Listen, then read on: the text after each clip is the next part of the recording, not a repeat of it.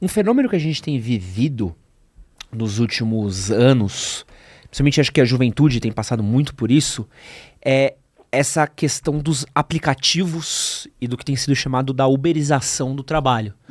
Então, frente aí um aumento na taxa de desemprego que a gente teve, que vem aumentando aí, provavelmente de 2016 para cá, a gente tem visto cada vez mais pessoas com ensino superior indo para Uber, iFood, algumas pessoas já começam no mercado de trabalho em iFood. Qual que é o problema hoje dessa uberização dos empregos? Eu acho que isso está muito até associado, para a gente poder fazer a ponte aqui com o que você tinha comentado sobre o capitalismo dar certo ou não, né? Porque o que acontece? Esse processo de uberização do trabalho é um processo que basicamente vai colocar o seguinte, que os trabalhadores eles não têm mais vínculos empregatícios. Isso é um processo que vem de muitos anos, vem de algumas décadas e tal, do mundo do trabalho. E basicamente a uberização do trabalho significa a dependência desses trabalhadores para as chamadas plataformas, né? Só que isso é um processo que acompanha também o próprio desenvolvimento do capitalismo. Porque o que acontece com esse processo de precarização do trabalho, né, que a gente chama de pejotização e tudo mais, é um ataque frontal às conquistas dos trabalhadores, à CLT, a todas as dinâmicas que dão uma certa garantia e dão uma certa estabilidade. Então a uberização é um fenômeno específico que acontece com relação a esses trabalhadores de plataforma, né? Que são basicamente um proletariado virtual, não porque esse proletariado existe, né? Mas um proletariado que está nesse campo do digital. E aí isso, na verdade, é fruto de um processo, Edson, de não só uma financiarização da economia brasileira, porque eu não acho que seja só isso, mas é um processo de precarização da força de trabalho. Porque se você tem um processo em que o trabalhador ele não tem escolha, né? Ele não tem uma opção. E aí, isso passa por vários pontos, né? O Estado brasileiro deixa de investir no seu processo de desenvolvimento interno e faz com que haja a contratação de menos engenheiros, por exemplo, de menos pessoas especializadas para poder tocar aqueles trabalhos. Ou você não tem um processo de valorização do salário mínimo, você não tem um processo que garanta a produção de uma demanda, né? E aí o que acaba rolando é que essa precarização do trabalho ela é muito útil ao sistema. Ela é muito útil por quê? Porque ela vai impor um ritmo de trabalho que não permite com que o trabalhador tenha a escolha de optar por um trabalho que seja mais digno ou que seja melhor, né? Então a gente vê a uberização ela opera nesse sentido a partir da ideia de que o trabalhador vai ser obrigado a trabalhar naquela... Não é que ele é obrigado, né? Porque aí vai vir algum liberal safado e vai falar, não, mas ele pode sair a hora que ele quiser, né? Só que o que a gente vê num processo de desestruturação de investimento, de falta de todas as estruturas que possam fazer com que o Brasil não seja escravo do agronegócio ou escravo da economia financeira. Não tem um processo de industrialização robusto, né? Não existe um processo de reformas estruturais que possam garantir um crescimento econômico e social do Brasil. A tendência é a classe trabalhadora se tornar cada vez mais precarizadas num movimento de aumento da taxa de lucro da burguesia, né? Então, por exemplo, você comentou, né, que desde 2016 a gente tenha visto um processo de aumento do desemprego, né?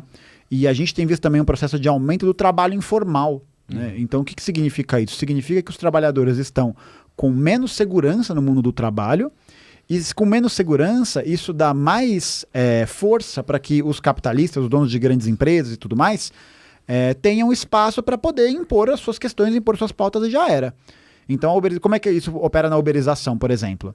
Como você falou, muitos engenheiros, né, por exemplo, que não conseguem emprego em lugar nenhum, são obrigados a fazer Uber, e aí a Uber tem todo aquele discurso ideológico que permeia aquele pensamento, que vai ser uma coisa do tipo...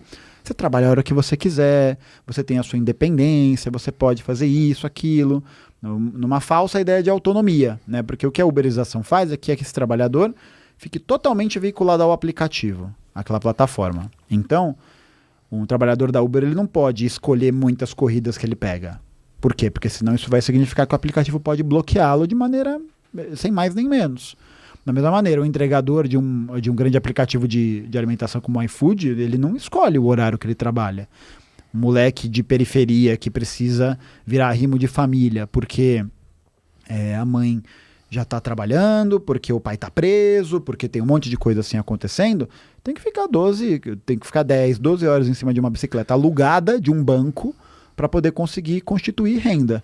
Então eu acho que a uberização, ela é um processo, eu diria que ela é um processo no nosso tempo que é um processo novo. Mas a precarização do trabalho, ela não é um processo novo. Ela acontece ao longo da história do desenvolvimento do capitalismo, e ela é um produto dessas relações de produção, tá ligado? Eu acho que a uberização, ela tem outras dimensões, ela tem outras características, mas ela é um fenômeno histórico ligado necessariamente ao capitalismo. Porque enquanto a gente tem uma taxa de lucro das burguesias, dos empresários, que sobe, como que essa taxa sobe, né? Essa taxa vai subir a partir de mais extração, de mais-valia, de mais extração do tempo do trabalhador na vida diária do cara.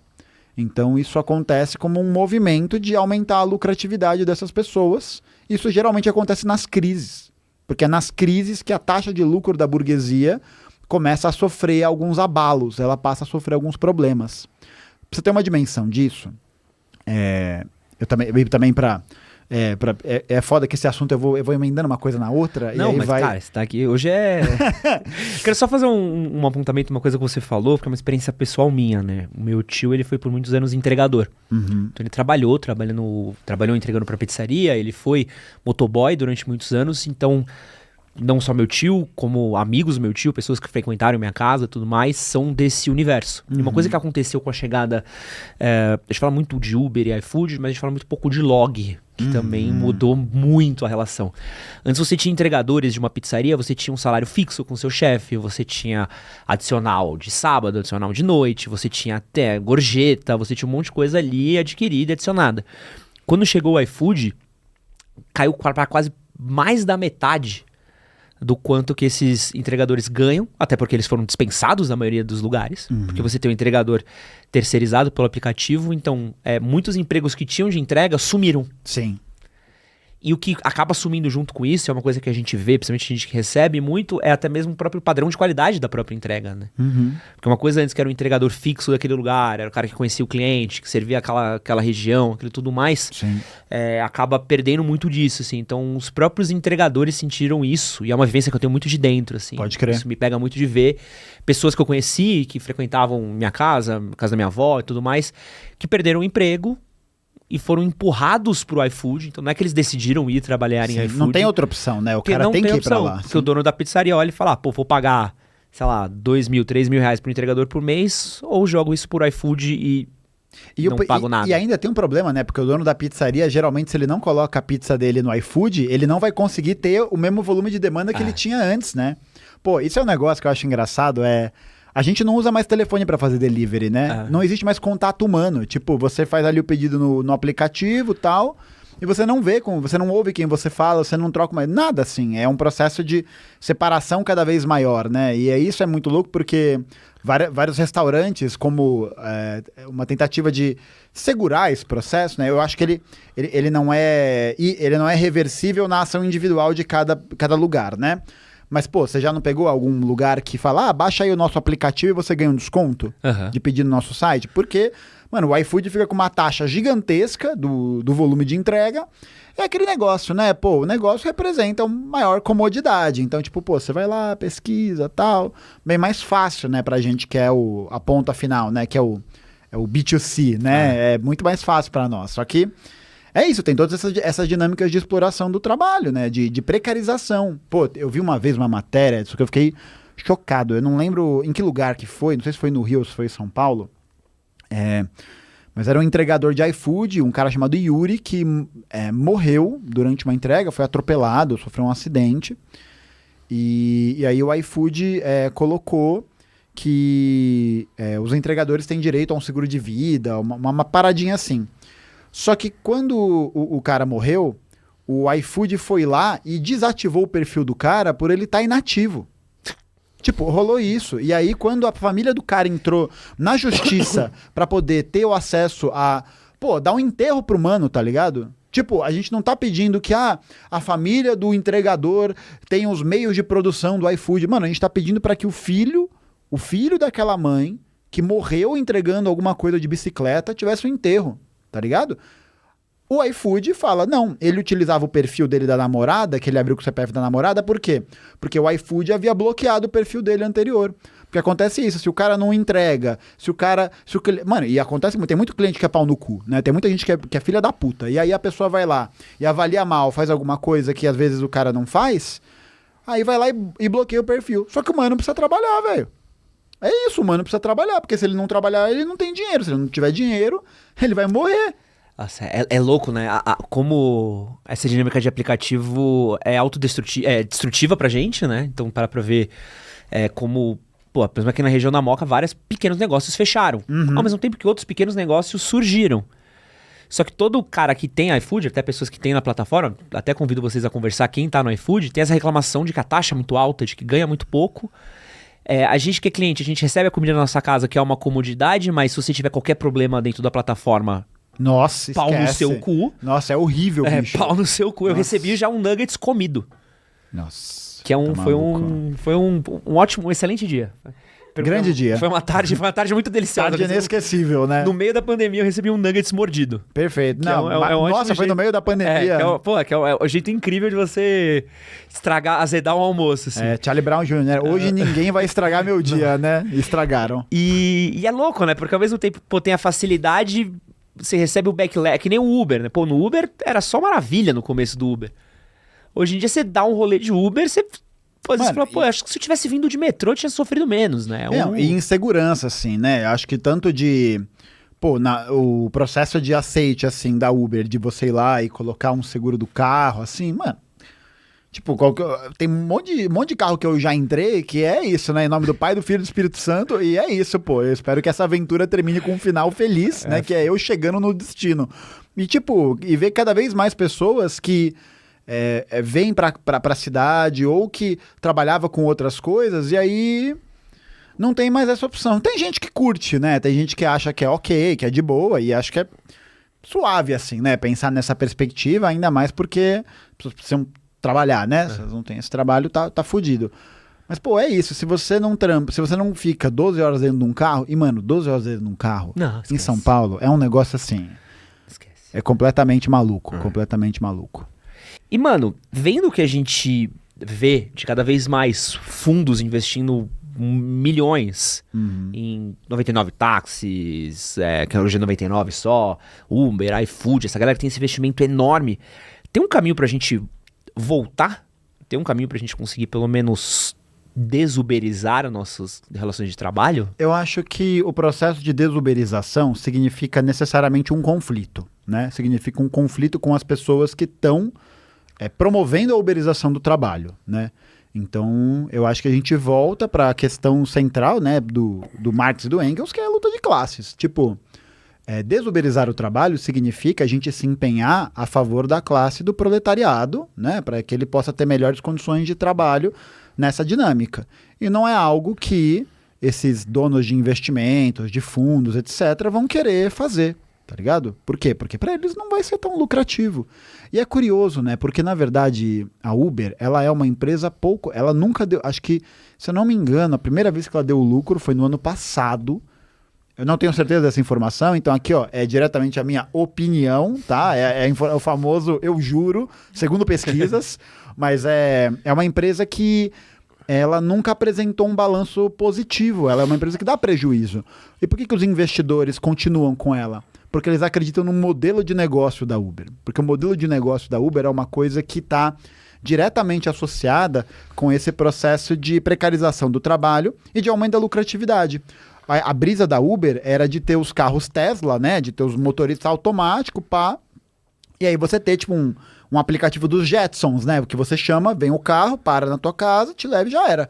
Só que esse processo de desenvolvimento demorou a implementação e aí você tem os motoristas. Tanto que o motorista é o percentual de gasto de capital variável que a Uber gasta, que é o maior volume. Agora você imagina, né, num processo em que a gente está vendo a uberização do trabalho crescendo, e essa sendo a única opção para milhões de trabalhadores. Cara, você imagina quando a gente, eu não sei se isso vai acontecer de fato, né, mas se em algum momento a gente tem um processo de popularização de carros 100% automáticos nesse serviço. Isso vai ter. Cara, você consegue imaginar o tamanho do buraco que a gente entraria, que os trabalhadores entrariam? Então eu acho que pensar em desuberização significa necessariamente a gente pensar que a gente precisa estar politicamente organizado e estar politicamente entendendo que isso vai significar uma luta social. Então, tipo, acho que teve uma... Não sei se foi... Eu acho que a Uber Eats ainda tem no Brasil? O Uber Eats acho que fechou. Fechou, né? Fechou porque acho que teve um processo ali de vista a uma regulamentação. Do tipo, agora vocês vão ter que prestar conta do que vocês fazem. Vocês não podem só fazer. O que a empresa faz? Pular fora. Por quê? Porque é nesse cenário de passar boiado, de fazer tudo que bem entender, sem ter nenhum tipo de fiscalização, nenhum tipo de prestação de conta, que os caras fazem a festa. Então eu acho que pensar numa desuberização significa necessariamente a gente entender que isso é uma luta, uma parte da luta de classes, tá ligado?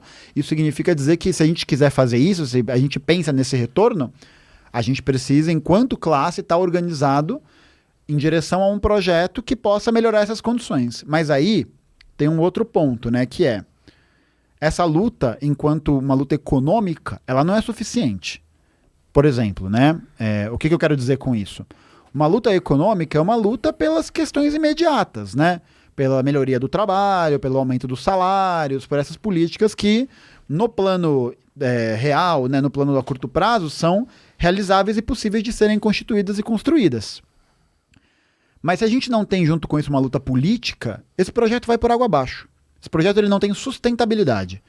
Para dar um exemplo, a gente viu durante os 12 anos de governo do PT um processo de melhoria, né? Ainda que todas as contradições que isso envolve e tal, mas eu quero ser um pouco mais didático aqui, mas a gente tem uma melhoria sensível da situação da classe trabalhadora, de um percentual considerável dela.